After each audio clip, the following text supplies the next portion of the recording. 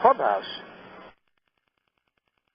The first inning today was the most problematic for Joe Blanton. It was a strange kind of an up and down and inconsistent inning for the right-hander who had beaten the Mets here on Tuesday night for his second win of his rookie campaign. He gave up a Kenny Lofton single with one out in that first inning and then lost the strike zone to Bobby Abreu with a 4-pitch walk. Conversely, he turned it around dramatically by striking out the dangerous Pat Burrell on 3 pitches, the last couple of sliders getting Burrell for strike 3. But then Thome looked at 4 bad balls, and suddenly the bases were loaded in the first inning, and Jason Michaels at the plate. Michaels took Blanton to 3-2, and he fouled off a pair of full-count pitches before making the decisive base hit. And once again, the runner's set to go. The third 3-2 pitch. Swing and a line drive. Base hit to left center field. 1 run is in. Lofton has scored. Also in to tally is Abreu. Stopping at third is Thome as the ball comes firing back in from the outfield. And Michaels this time doesn't find anybody who can rob him and delivers a 2-run bases loaded double. Speaking of Rob, that didn't hurt at all in the second inning after Bell had opened with a single. And Mike Lieberthal hit one to deep left field. It looked like that might be big trouble in the overture to a big inning. There's a drive to left. That has a chance to get out of here. Back is Kelty. He leaps, and he makes the catch just below the top of the wall. And retreating all the way from second base to first is Bell. Lieberthal got a hanging breaking ball, and I thought he might have gotten enough to get it to the steps.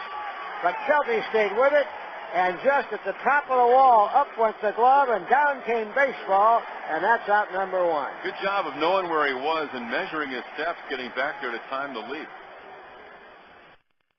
And then was the dynamic Jimmy Rollins at the top of the order, one of the toughest hitters in baseball to double up. A bouncer to the right side, backhand by Johnson, throw to second for 1, Crosby returns, and double play with Blanton covering at the tail end. Nice execution. Johnson recognized immediately what he had there. He stepped up into the grass to clear himself for a throwing lane to second, and Crosby whipped a bullet back to first. 3-6-1. And the Phillies are gone. We come to bat with the A's in the bottom of the second. It is 2-0 Philadelphia. Blanton had to get out of one other threatening mess in the third inning. A leadoff single by Lofton and a 2-out walk, the second straight 4-pitch walk to Thome.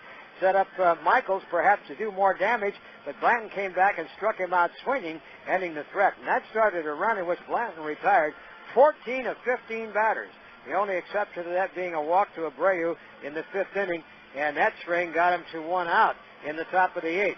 In the interim, the A's, after being subdued effectively by Lieber with only 2 singles for the first 4 innings of the ball game, finally got something going in the 5th, and they got some help in addition. Bobby Kelty singled, and Johnson looped a single down the left field line to put runners at first and second.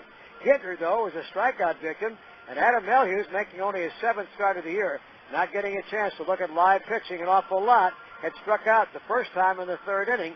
He didn't do that much here, but the result of his at-bat was a positive.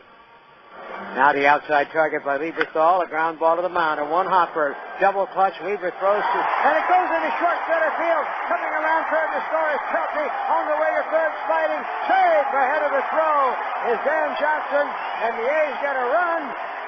A throwing error by Lieber, who double clutched on that comebacker when he looked to second base.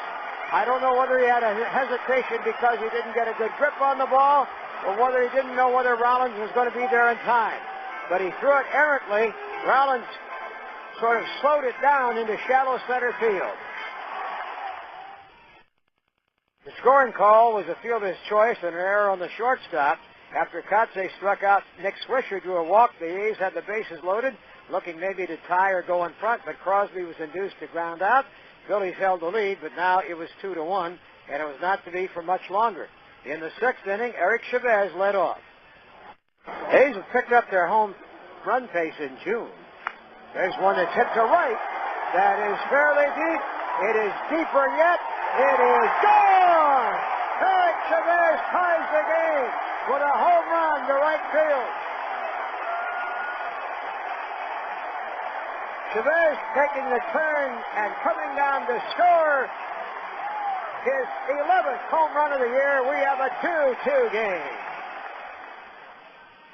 That was career number 174 for the A's third baseman, tying him with Sam Chapman, number 10 on the all-time more than a century history of the Athletics franchise. Sam Chapman, the great Cal All-American football and baseball player, who, of course, was a member of the Philadelphia Athletics and still is in the Bay Area. There was more to come, though, for the A's and more trouble for Lieber.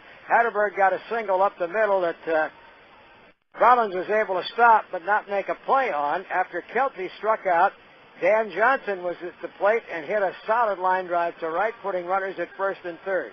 Ginter, who had struck out in the fifth inning, this time had different things in mind. They're looking for the possible double play ball, the way they're deployed up the middle. Line drive, base hit to left. Hatterberg shot home. The A's take the lead for the first time today. Keith Ginter driving home that go-ahead run to make it 3-2. Stopping at second base, Dan Johnson. Ginter with his 21st run batted into the season. Here comes Charlie. End of the line for John Lieber, who will not succeed in his quest for win number 9 today. And by the way, Ginter's 21 RBIs have come while he has just 18 hits. Ryan Madsen, hard-throwing, tall right-hander, who's been stalwart in the bullpen for the Phillies, came on to face Melhuse, and Melhuse went up looking for something right away. Swing, line drive, hard, deep to right, at the face of the wall. Here comes a runner around from second on the way to score. Dan Johnson, all the way from first, scoring is Ginter. Melhuse with a first pitch double, 2 more runs, and the Athletics are up 5-2. Well, they didn't get any more out of that, but they didn't need it because Blanton, as I mentioned, retired 14 out of 15 till one was out in the 7th. Then he gave up, yes, that's right, 1 out in the 8th. Then he gave up a double to Abreu. He got Burrell to ground out. And with Tomey coming up, that's when Ken Macher went to the bullpen for his newly acquired left-hander Ron Flores, called up this week from Sacramento. His first major league batter faced earlier in this series was Jim Tomey, and he struck him out. He got Tomey to ground to first on the first pitch, and the inning was over. Any pressure was eased, and it was only left to Dukeshire to come in and pitch the 9th inning, yielding a leadoff single to Michaels, but he struck out Utley and Bell, and it was only Lieberthal between the A's and winning the series. Phillies down to their last strike here this afternoon. Dukeshire ready and delivers. There's a one hopper to deep short, taken by Crosby. Off balance throw wide, and a save that Johnson at first base came off the bag and made the sweep tag. And Charlie Manuel is coming out to argue the call while the A's come out of the dugout to celebrate taking this series 2-1. A runner left in the 9th inning for the Phillies, and the A's now have won 5 of their last 6 series and head to Seattle for 4 games on the wings of a 4-2 homestand. Final score, A's 5 and Philadelphia 2. And a full program in Major League Baseball today. Robert Vaughn will give you the scoreboard report.